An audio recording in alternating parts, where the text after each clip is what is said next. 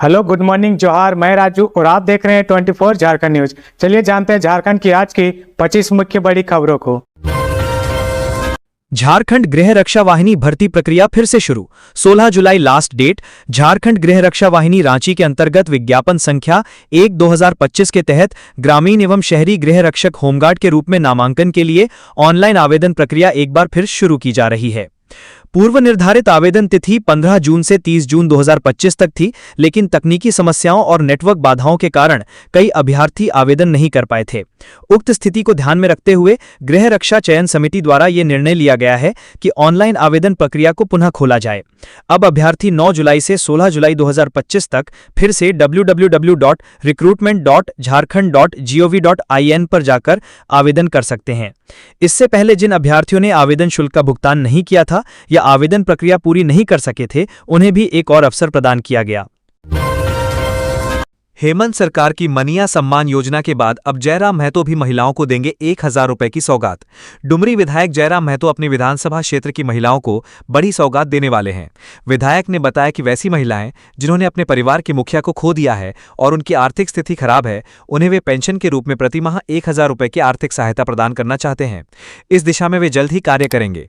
विधायक जयराम महतो ने एक इंटरव्यू में बताया कि वे उन महिलाओं की सहायता करना चाहते हैं जिन्होंने अपने परिवार के मुखिया को खो दिया है और उनकी आर्थिक स्थिति सही नहीं है। विधायक ने कहा, हम सोच रहे हैं कि ऐसी महिलाओं का आकलन कर प्रति माह उन्हें अपने वेतन से 1000 रुपए की आर्थिक सहायता प्रदान करें। उन्होंने आगे कहा कि एक विधायक अपने वेतन से महिलाओं को पेंशन देंगे, यह एक ऐतिहासिक कदम होगा, तो हम इस बारे में सोच विचार कर रहे हैं।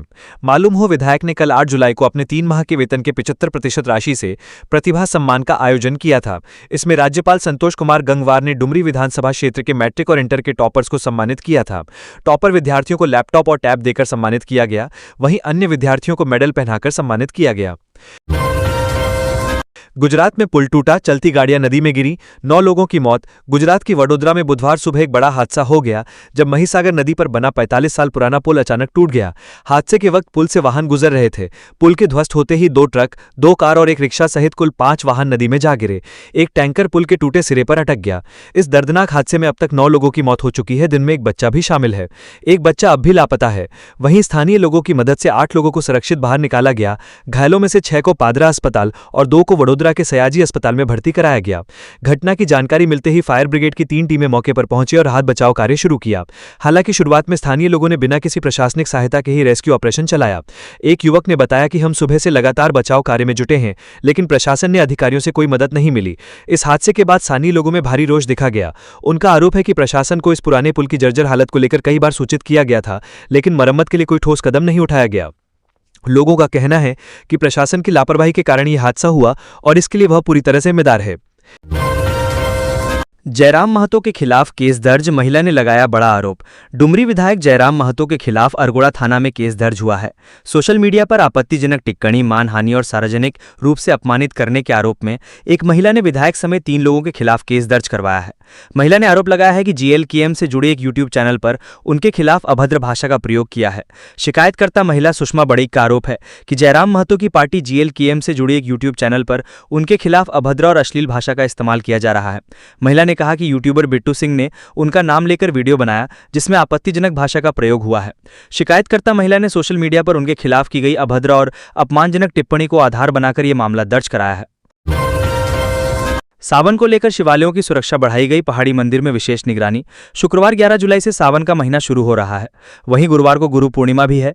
ऐसे में मंदिरों में खासकर शिवालयों में शिव भक्तों की भारी भीड़ उमड़ने की संभावना है।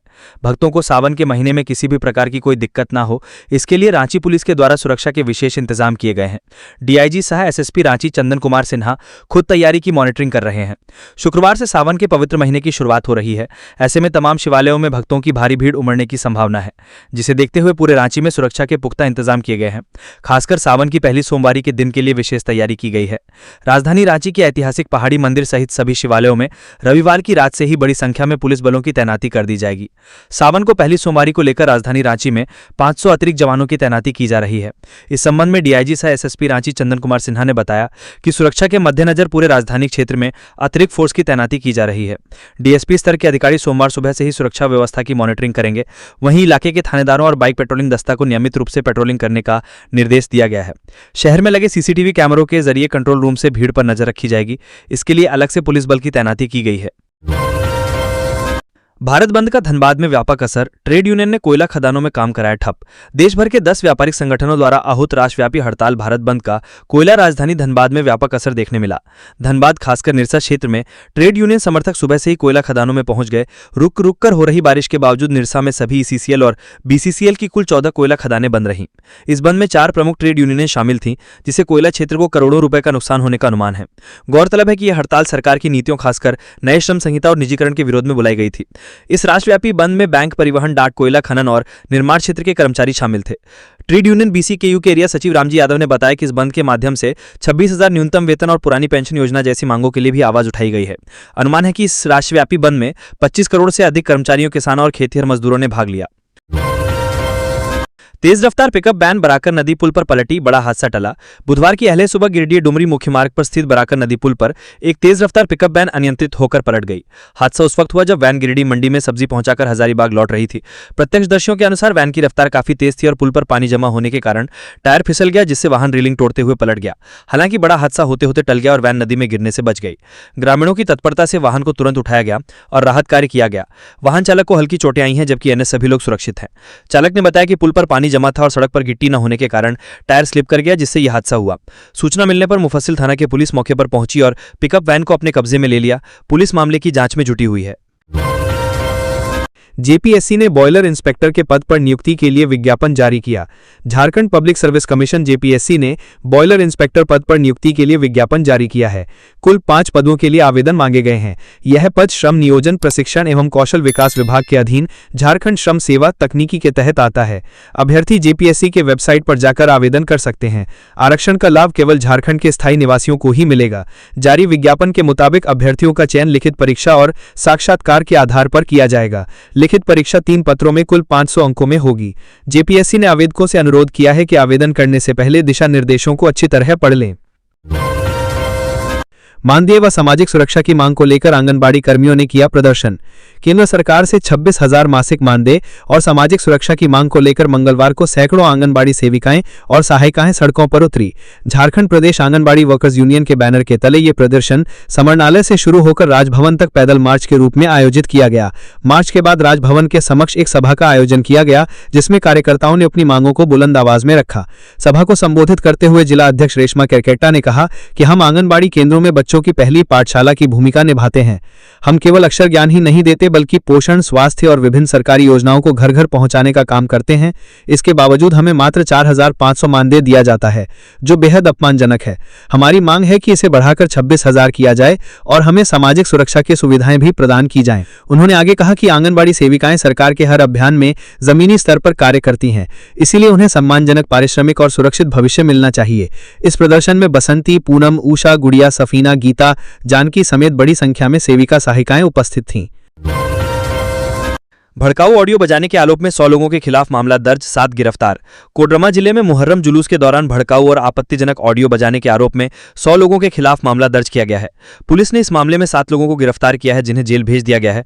कोडरमा थाना प्रभारी विकास पासवान गिरफ्तारी की पुष्टि की है। कोडरमा के दर्जी चक लक्खीबड़ी से मुहर्रम का जुलूस निकाला गया था। इसी जुलूस में आपत्तिजनक ऑडियो बजाने और धार्मिक सौहार्द बिगाड़ने को लेकर कोडरमा थाने में मामला दर्ज किया गया है। जुलूस में जिला प्रशासन की ओर से मजिस्ट्रेट के रूप में तैनात राज्य कर पदाधिकारी संजय कुमार के आवेदन पर मामला दर्ज किया गया है। कोडरमा थाना में दंडाधिकारी द्वारा दिए गए आवेदन में बताया गया है कि दर्जी चक से लाइसेंसी मुहर्रम जुलूस निकाला गया था। उस जुलूस में डीजे से आपत्तिजनक रिकॉर्डेड भाषण बजाया जा रहा था। इसके अलावा सामाजिक और धार्मिक सौहार्द बिगाड़ने वाले नारे भी लगाए जा रहे थे।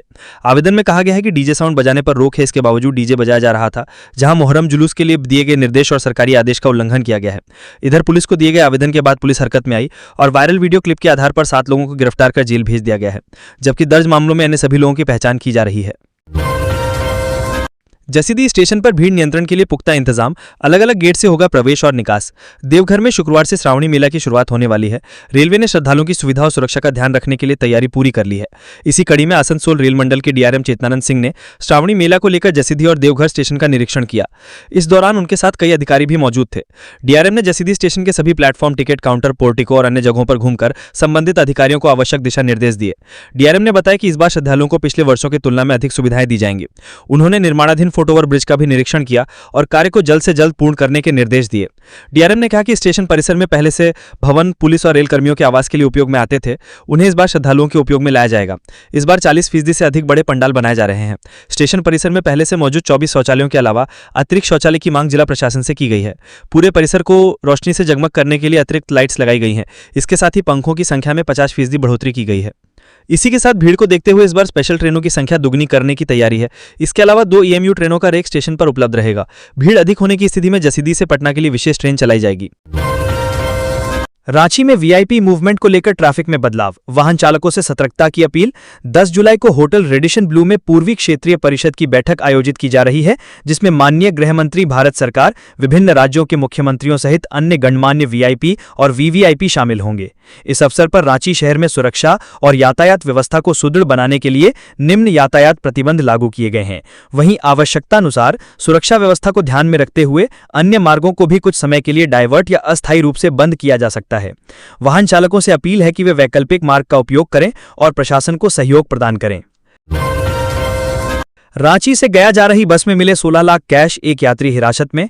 बिहार झारखंड के बॉर्डर पर स्थित गया के डोभी चेक पोस्ट पर उत्पाद विभाग की टीम ने मंगलवार को वाहन चेकिंग के दौरान एक यात्री के पास से 16 लाख रुपए कैश बरामद किए हैं। आगे की कार्रवाई के लिए आयकर विभाग को सूचना दे दी गई है। 16 लाख कैश से साथ पकड़े गए आरोपी बबलू सिंह को हिरासत में लेते हुए उन्हें बाराचट्टी पुलिस को सौंप दिया गया है। उत्पाद विभाग के सहायक आयुक्त प्रियरंजन ने बताया कि डोभी चेक पोस्ट पर झारखंड से गुजरने वाली हर गाड़ी की नियमित रूप से जांच की जा रही थी। इसी दौरान झारखंड से आ रही महारानी नामक बस को जांच के लिए रोका गया। शराब की जांच के दौरान यात्रियों के बैग, कार्टन और बोरियों की तलाशी ली जा रही थी। तभी एक यात्री के बैग में नोटों के बंडल मिले। पूछताछ में उस व्यक्ति ने अपना नाम बबलू सिंह बताया, जो रांची से गया आ रहे थे। बरामद नोटों की गिनती में कुल 16 लाख रुपए निकले।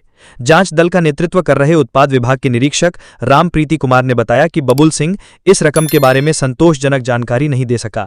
घटना की जानकारी बाराचट्टी थाना व सीओ को दी गई है। आयकर विभाग को भी सूचित कर दिया गया है, जो अब इस मामले की आगे जांच करेगी। फिलहाल हिरासत में लिए गए बबुल सिंह को बाराचट्टी पुलिस को सौंप दिया गया है। ज्ञात हो कि बिहार में शराबबंदी है। चोरी छिपे कुछ लोग शराब बिहार ले जाकर महंगे दाम में बेचते हैं। झारखंड में अवैध शराब के कारोबार पर लगेगी लगाम, पुलिस मुख्यालय ने डीआईजी एसएसपी को दिए दिशा निर्देश। झारखंड में अवैध शराब के कारोबार पर लगाम लगाने के लिए पुलिस मुख्यालय ने कमर कस ली है।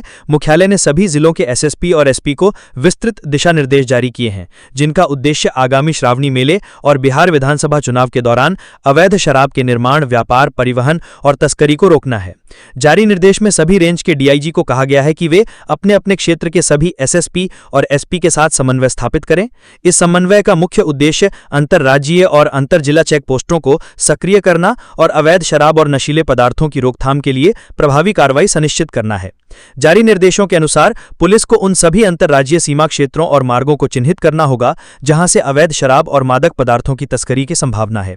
इन मार्गों पर विशेष योजना बनाकर चेक पोस्ट स्थापित किए जाएंगे।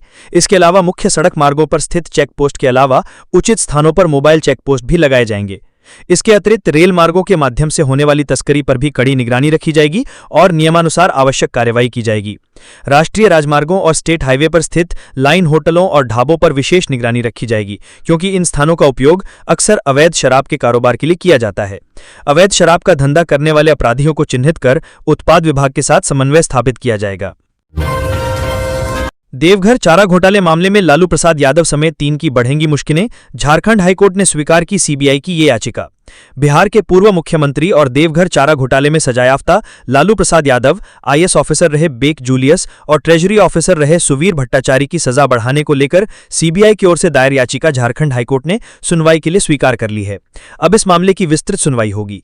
देवघर ट्रेजरी घोटाले मामले में सीबीआई की ओर से दायर आरसी 6496 मामले में पूर्व लोक लेखा समिति के अध्यक्ष जगदीश शर्मा को इसी मामले में 7-7 साल की सजा और 10-10 लाख रुपए का जुर्माना विभिन्न धाराओं में सीबीआई की विशेष अदालत ने लगाया था, लेकिन लालू प्रसाद यादव और अन्य आरोपियों को 3.5 साल की सजा और 5-5 लाख रुपए का जुर्माना लगाया गया था।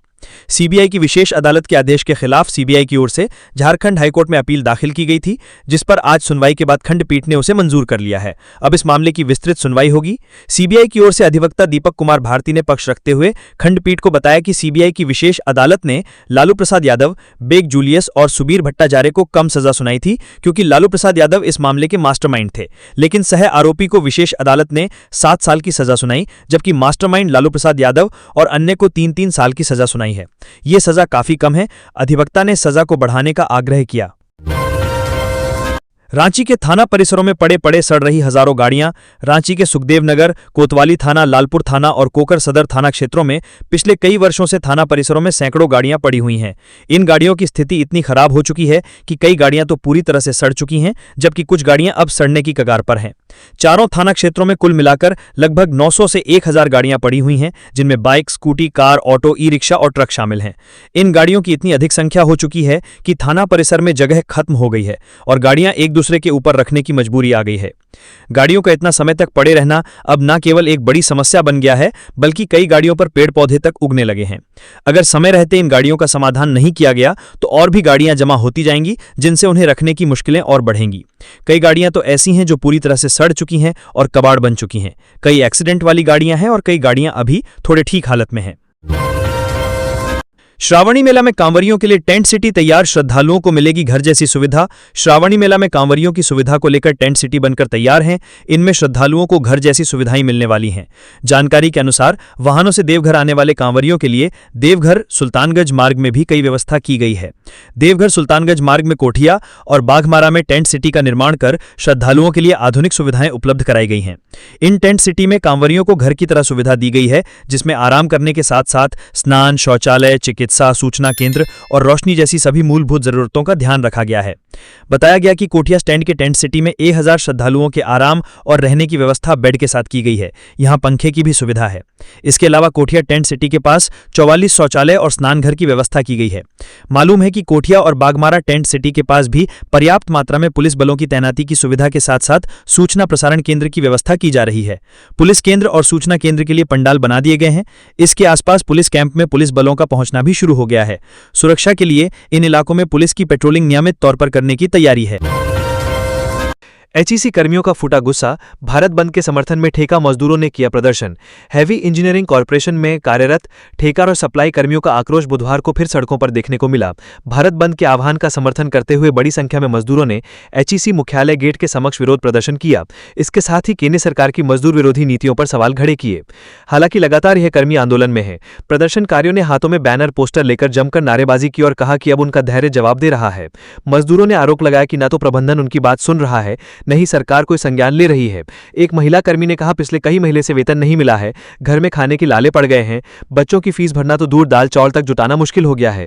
प्रदर्शन के दौरान एचसीएल के एक पुराने कर्मी ने बताया कि वे वर्षों से कंपनी के लिए काम कर रहे हैं, लेकिन आज हालात ऐसे हैं कि रोजमर्रा की जरूरतें भी पूरी नहीं हो पा रही हैं। उन्होंने कहा, हमने बिना वेतन के भी काम किया, सिर्फ इस उम्मीद में कि कल कुछ सुधरेगा, लेकिन सरकार और कंपनी ने हमें भुला दिया है। बाबूलाल ने एचएम से मुलाकात की, शिबू सोरेन के स्वास्थ्य की जानकारी ली। नेता प्रतिपक्ष बाबूलाल मरांडी ने दिल्ली में मुख्यमंत्री हेमंत सोरेन से मुलाकात की। उन्होंने झामुमो सुप्रीमो शिबू सोरेन के स्वास्थ्य की जानकारी ली। बाबूलाल मरांडी ने अपने सोशल मीडिया हैंडल पर मुख्यमंत्री हेमंत सोरेन के साथ तस्वीर साझा करते हुए लिखा कि दिल्ली में झारखंड के मुख्यमंत्री हेमंत सोरेन से मुलाकात कर झारखंड मुक्ति मोर्चा के वरिष्ठ नेता व पूर्व मुख्यमंत्री शिबू सोरेन जी के स्वास्थ्य के संबंध में जानकारी ली है। हम सभी उनके शीघ्र स्वस्थ होने की कामना करते हैं। वहीं विभिन्न दलों के नेताओं ने शिबू सोरेन के शीघ्र स्वस्थ होने की कामना की है, जिनमें झारखंड मुक्ति मोर्चा, भाजपा और कांग्रेस शामिल हैं।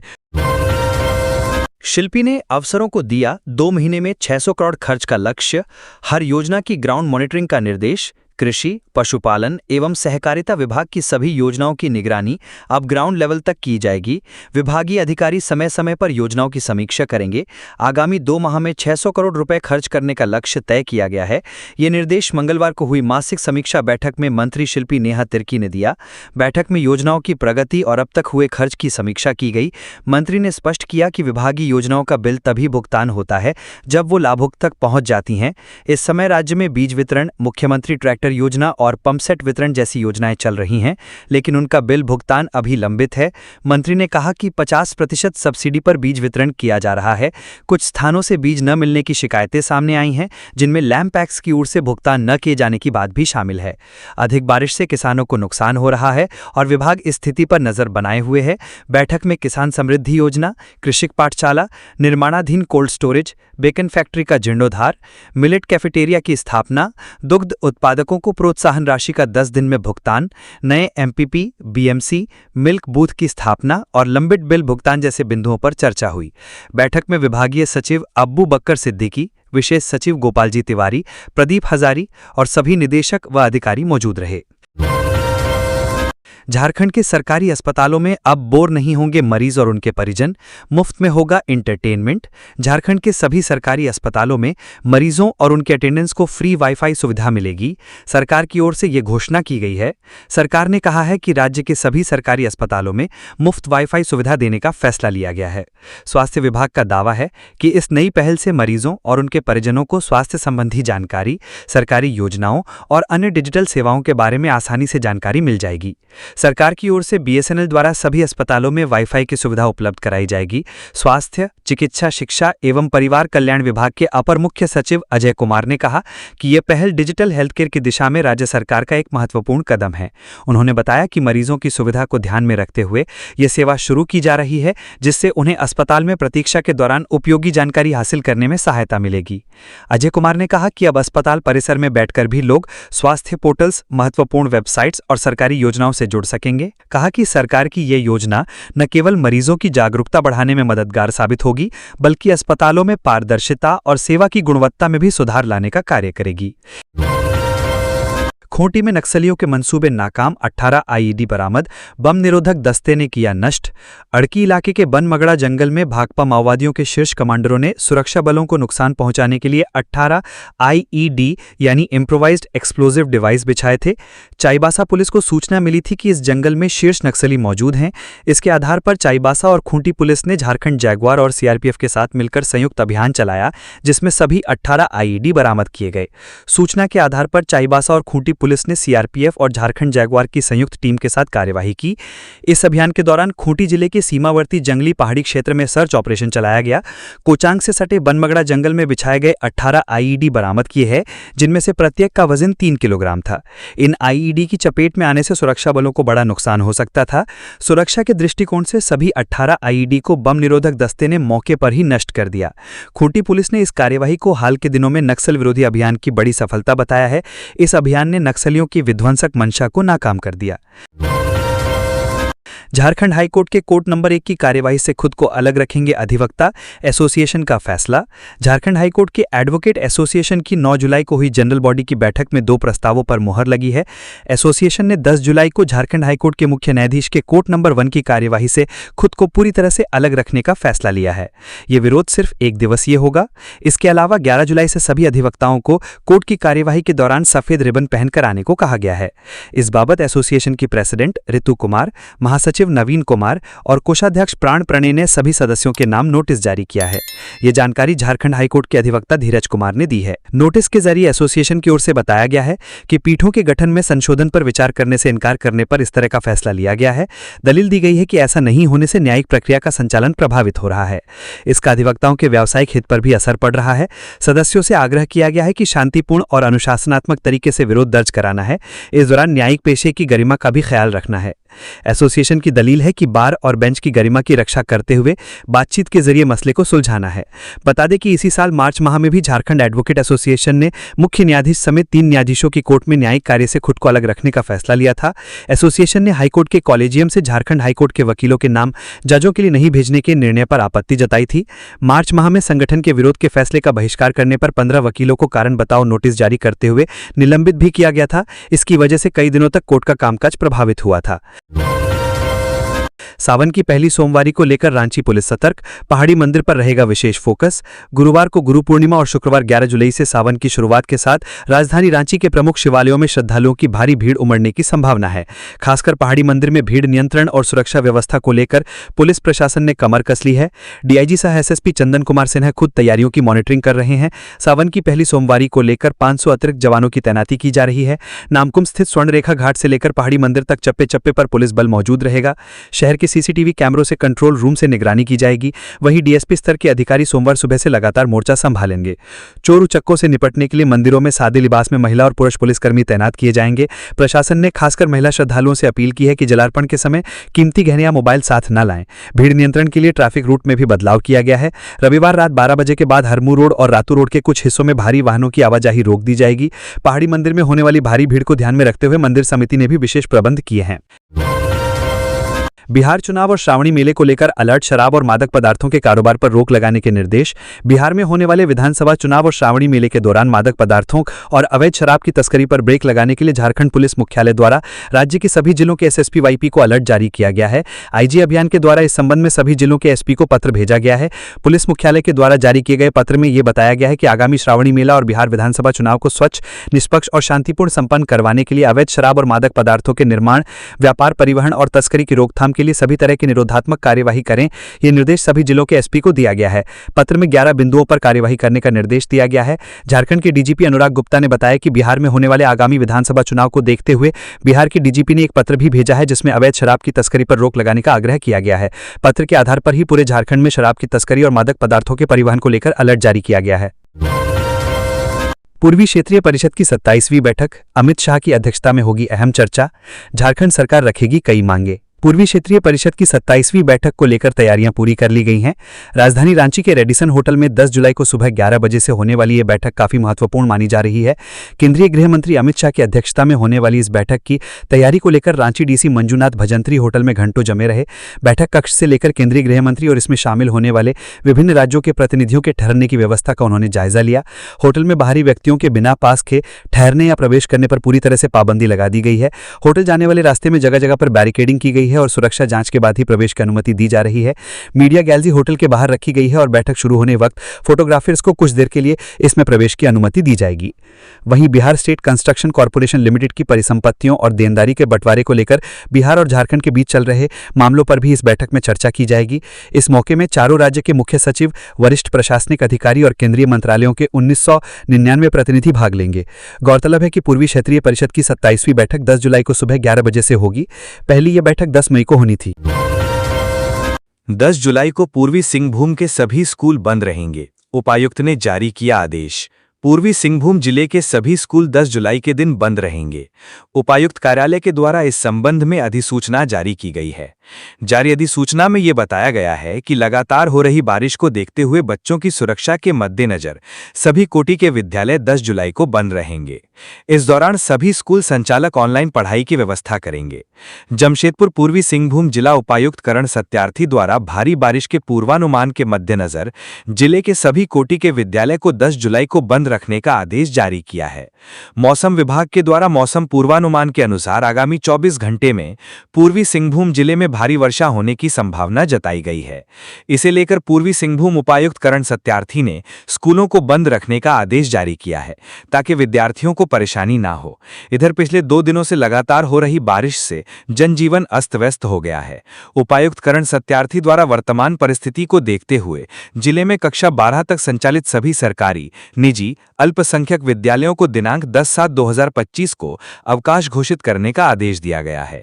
यह आदेश एहतियाती और जनहित में जारी किया गया है। उन्होंने बताया कि इस दौरान विद्यार्थियों का पठन पाठन बाधित ना हो, इसके मद्देनजर ऑनलाइन कक्षा संचालित करने के लिए कहा गया है। उन्होंने बताया कि जिला प्रशासन लगातार स्थिति की निगरानी कर रहा है। आदेश का अनुपालन नहीं करने पर संबंधित विद्यालय के विरुद्ध आपदा प्रबंधन अधिनियम 2005 की सुसंगत धारा के तहत कार्रवाई की जाएगी। खूंटी में मजदूरों को नगद भुगतान में थमा दिए मनोरंजन बैंक के नोट। ग्राम प्रधान ने वन विभाग की गार्ड पर लगाया आरोप। खूंटी जिले के तोरपा प्रखंड क्षेत्र के एरमरे के ग्राम प्रधान बर्नार्ड आइन ने वन विभाग के गार्ड राहुल महतो पर नकली नोट यानी बच्चों के खेलने वाले मनोरंजन बैंक वाले नोट देने का आरोप लगाया है। ग्राम प्रधान का कहना है कि उन्हें यह नोट मजदूरों का भुगतान करने के लिए वन विभाग के गार्ड के द्वारा रविवार को दिए गए थे। ग्राम प्रधान बर्नार्ड आइन ने बताया कि रविवार शाम वन विभाग के गार्ड राहुल ने उन्हें फोन कर 2 कटहल मांगे थे। इस पर वह कटहल देने के लिए तैयार थे। ग्राम प्रधान के अनुसार कटहल लेने गार्ड राहुल स्वयं एरमरे गांव आया था। कटहल लेने के बाद राहुल ने उन्हें 200 रुपए के नोटों की एक गड्डी दी, जिसे ग्राम प्रधान ने रख लिया। ग्राम प्रधान के अनुसार 200 रुपए की गड्डी में से उन्होंने कुछ रुपए निकालकर वन विभाग के गड्ढे खोदने वाले मजदूरों को भुगतान कर दिया था। लेकिन मंगलवार सुबह कई मजदूर ग्राम प्रधान के घर पहुंचे और नकली नोट देने की शिकायत की। इसके बाद मामले का खुलासा हुआ। इसके बाद ग्राम प्रधान खुद को ठगा महसूस कर रहे हैं। उन्होंने मामले में वन विभाग के गार्ड राहुल महतो पर कार्रवाई की मांग की है। ग्राम प्रधान और मजदूरों से मिली जानकारी के मुताबिक तोरपा थाना क्षेत्र के एरमरे गांव में वन विभाग द्वारा वन रोपण कराया जा रहा है, जिसके तहत मजदूरों को भुगतान किया जाना था। ग्राम प्रधान बर्नार्ड आयर ने वनरक्षी राहुल कुमार महतो पर आरोप लगाया है कि रविवार देर शाम उन्हें मनोरंजन बैंक के नोटों का एक बंडल दिया गया और कहा गया कि इसे मजदूरों को भुगतान कर दिया जाए। शराब की 1255 दुकानें हस्तांतरित, 285 में बिक्री शुरू। उत्पाद विभाग ने 1354 शराब के दुकानों में 9 जुलाई तक कुल 1255 दुकानों के हस्तांतरण का काम पूरा कर लिया है। साथ ही हस्तांतरण के बाद बंद दुकानों में से 285 में शराब की बिक्री शुरू करा दी है। उत्पाद विभाग ने नई उत्पाद नीति लागू करने के लिए मैन पावर सप्लाई करने वाली कंपनियों से शराब की दुकानों के वापस लेने का काम 1 जुलाई से शुरू किया था। दुकानों के हस्तांतरण की काम पूरा करने के लिए 5 जुलाई का लक्ष्य निर्धारित किया गया था। हालांकि हस्तांतरण की जटिल प्रक्रिया की वजह से निर्धारित समय में हस्तांतरण पूरा नहीं किया जा सका। 9 जुलाई तक के ताज़ा आंकड़ों के अनुसार विभाग ने 1255 दुकानों के हस्तांतरण का काम पूरा कर लिया है। साथ ही हस्तांतरण के बाद बंद हुई शराब की दुकानों को खोलना भी शुरू कर दिया है। हस्तांतरण के दौरान बंद हुई दुकानों को खोलने के लिए जारी दिशा निर्देश के आलोक में अब तक 285 दुकानों को खोला जा चुका है। इन दुकानों से शराब की बिक्री की जा रही है। राहुल गांधी पहुंचे गंगाराम अस्पताल, शिबू सोरेन के स्वास्थ्य की जानकारी ली। लोकसभा में नेता प्रतिपक्ष राहुल गांधी ने बुधवार को दिल्ली के सर गंगाराम अस्पताल पहुंचकर झारखंड के पूर्व मुख्यमंत्री और झारखंड मुक्ति मोर्चा के संरक्षक शिबू सोरेन के स्वास्थ्य की जानकारी ली और उनके शीघ्र स्वस्थ होने की कामना की। उन्होंने मुख्यमंत्री हेमंत सोरेन से शिबू सोरेन की तबियत को लेकर विस्तृत चर्चा की। इस दौरान मुख्यमंत्री हेमंत सोरेन के साथ उनकी पत्नी सह विधायक कल्पना सोरेन भी मौजूद रहीं। वहीं शिबू सोरेन के स्वास्थ्य को लेकर विभिन्न दलों के नेताओं ने चिंता व्यक्त की है और उनके शीघ्र स्वस्थ होने की कामना की है। 14 को पार्टी के विधायकों, मंत्रियों और सांसदों से राहुल पूछेंगे चुनावी वादों व जनहित के मुद्दों पर क्या हो रहा। लोकसभा में प्रतिपक्ष के नेता राहुल गांधी ने 14 जुलाई को झारखंड से पार्टी के विधायक, मंत्री और सांसदों को दिल्ली तलब किया है। राहुल गांधी उस दिन प्रदेश के इन तमाम बड़े नेताओं के साथ बैठक करेंगे। पार्टी अध्यक्ष मल्लिकार्जुन खड़गे बैठक की अध्यक्षता करेंगे। इसके अलावा कई अन्य बड़े नेताओं के भी बैठक में रहने की संभावना है। आधिकारिक जानकारी के अनुसार राहुल गांधी झारखंड में पार्टी और सरकार के विस्तार से समीक्षा करेंगे। पूछेंगे कि लोकसभा और विधानसभा चुनाव के दौरान जनता से किए गए वायदों का क्या हुआ, झारखंड में संगठन की क्या स्थिति है, किस मुद्दे पर किस नजरिए से संगठन काम कर रहा है। यहां मालूम हो कि पिछले दिनों प्रदेश प्रभारी के राजू ने भी मंत्रियों से 9 बिंदुओं पर बैठक कर रिपोर्ट देने का निर्देश दिया था। उसके बाद वित्त मंत्री राधाकृष्ण किशोर के आवास पर कांग्रेस मंत्रियों की बैठक भी हुई थी। उन 9 बिंदुओं में पैसा नियमावली को लागू करना, रिम्स का विस्तार, निकाय चुनाव में आरक्षण व चुनावी वायदे शामिल हैं। प्रदेश प्रभारी का लगातार झारखंड दौरा संगठन से जुड़े कार्यक्रमों की श्रृंखला और संगठन विस्तार का दबाव ये साफ संकेत दे रहा है कि झारखंड पार्टी हाईकमान की प्राथमिकता में है। कांग्रेस झारखंड में संगठन विस्तार का कोई भी मौका चूकना नहीं चाहता है। पलामू में ट्रेड यूनियन की हड़ताल का असर, देवघर जा रहे 500 जवान और पुलिस पदाधिकारी फंसे रहे। पलामू में ट्रेड यूनियन की देशव्यापी हड़ताल का असर पलामू में भी कुछ देर के लिए देखा गया। ट्रेड यूनियन से जुड़े संगठनों ने बुधवार की दोपहर पलामू के कचहरी चौक को जाम कर दिया। इस जाम में देवघर श्रावणी मेला में ड्यूटी के लिए जा रहे पलामू पुलिस के जवान फंस गए थे।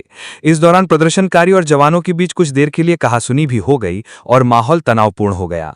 मेदिनीनगर टाउन थाना प्रभारी Jyotilal Rajwar, sub inspector Tanzeemul mannan, traffic प्रभारी समाल अहमद के हस्तक्षेप के बाद ट्रेड यूनियन से जुड़े कर्मचारी शांत हुए और पुलिस की गाड़ी को जाने दिया।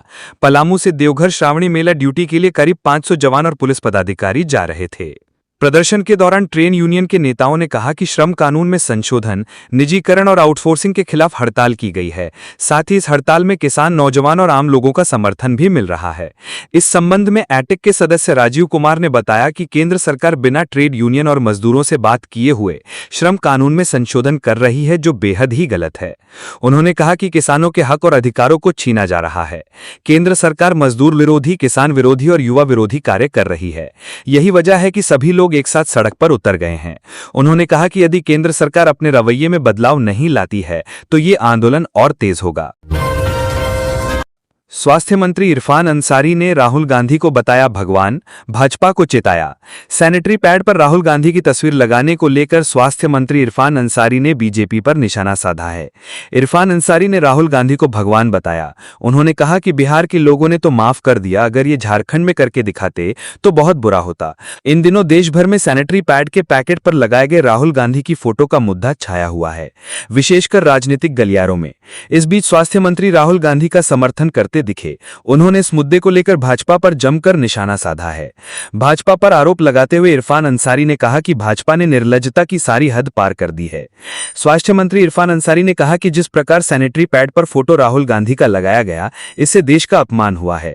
उन्होंने राहुल गांधी को भगवान बताते हुए कहा कि भाजपा को राहुल गांधी का पैर पकड़ना चाहिए।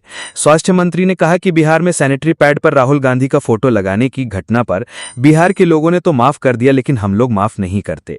दरअसल मंत्री इरफान अंसारी जामताड़ा के नारायणपुर के नारोडीह में करोड़ों की लागत से बनने वाले डिग्री कॉलेज के भवन निर्माण कार्य का शिलान्यास समारोह में भाग लेने पहुंचे थे, जहां भवन निर्माण कार्य शिलान्यास समारोह के बाद पत्रकारों से बातचीत की।